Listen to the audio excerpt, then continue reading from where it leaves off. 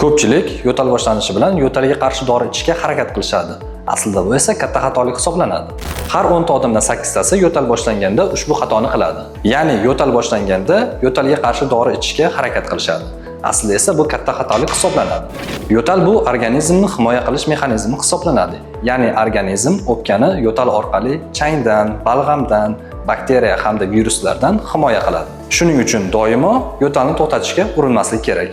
Qachon balg'am ko'chiruvchi dorilarni iste'mol qilish kerak? Birinchi navbatda yo'tal balg'amli bo'layotgan bo'lsa, ikkinchi navbatda bolalar hamda kattalarda yo'talganda balg'am ajratishi qiyin bo'layotgan bo'lsa, keyingisi bronxit yoki pnevmoniya holatlarida. Qachon yo'talga qarshi dorilarni iste'mol qilish kerak? Birinchisi, yo'tal quruq, bezovta qiluvchi va balg'amsiz bo'layotgan bo'lsa. Keyingisi, kechasi uxlatmayotgan va dam olishga xalaqit berayotgan bo'lsa, virusli infeksiyalarda yoki allergik kasalliklarda quruq yo'tal bo'layotgan bo'lsa.